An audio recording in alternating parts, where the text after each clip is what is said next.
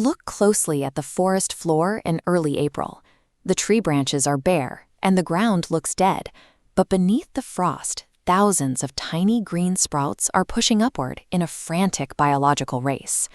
These are spring ephemerals, plants like bloodroot, trout lily, and white trillium.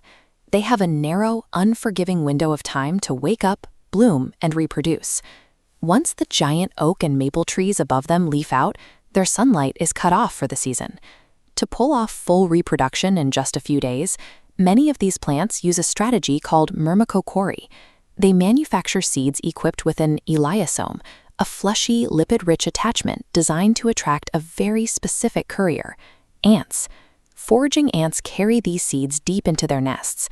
They eat the nutritious fatty attachment and throw the actual seed away into their underground refuse piles. This effectively plants the next generation in a secure, fertilized bunker. The seemingly quiet forest floor functions as a high-speed ecosystem. Survival here depends entirely on hitting specific biological milestones before the shade returns. Over on the steep, limestone-rich slopes of the ravines and escarpments, you'll find the glistening, heart-shaped leaves of wild ginger. The Anishinaabe and Haudenosaunee identify wild ginger as a cultural keystone species, a plant so integrated into community life that it is central to Indigenous traditional ecological knowledge. The roots possess strong antimicrobial properties. Historically, they were used as a sanitizing hand wash before ceremonies, brewed into teas to treat fevers, or chewed to clear phlegm from the lungs. Even today, elders combine it with pine and chaga for respiratory support. These plants are an active ancestral pharmacy, managed and utilized by Indigenous communities for centuries. By late June, the tree canopy seals the sky.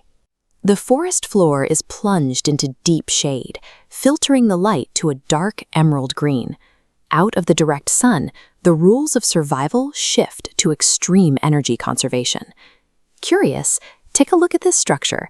This is jack-in-the-pulpit. It features a distinctive purple and green striped hood, the pulpit, curving protectively over a central club-like stalk known as the jack. This illustrates sequential hermaphroditism. Jack-in-the-pulpit begins as a male.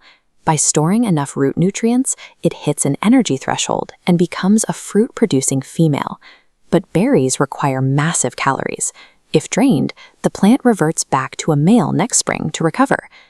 Nearby, the broad, umbrella-like leaves of the mayapple employ a different tactic. In this dim light, a single mayapple plant can take up to 12 years to gather enough energy to produce its very first flower. To endure this grueling timeline, they spread underground through interconnected rhizomes. A vast patch covering the forest floor is often a single 100-year-old clone, silently sharing limited resources through the darkness.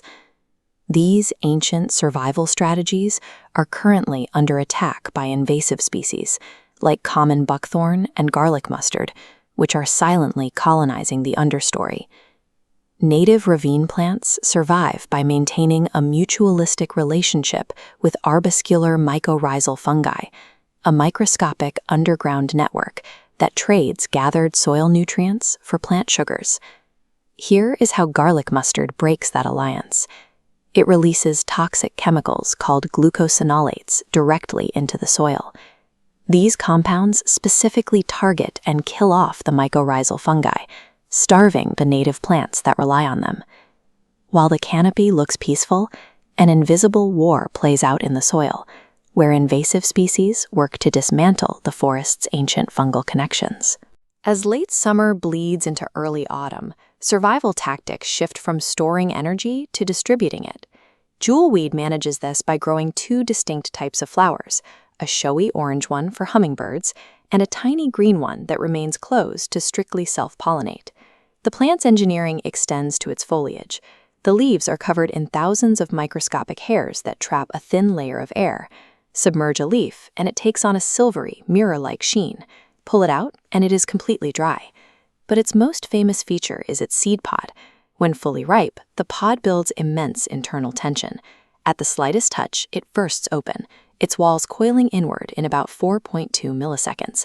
This ballistic action operates at the speed of a snapping spring, flinging the seeds several meters away. This distance ensures the offspring will find new ground rather than competing with the parent for resources. Eventually, the light fades and the landscape turns fiery orange and red. This is the domain of the staghorn sumac. Indigenous peoples have long used its tannin-rich bark and velvet-like twigs to tan hides and produce black dyes.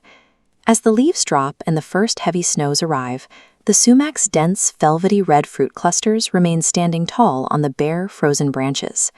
These deep red cones are packed with nutrients and vitamin C.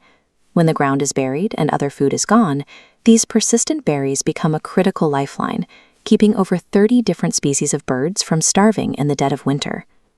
When the snow covers the city, the urban ravine looks quiet, but beneath the surface, it is an ancient pharmacy and a resilient community that has spent thousands of years adapting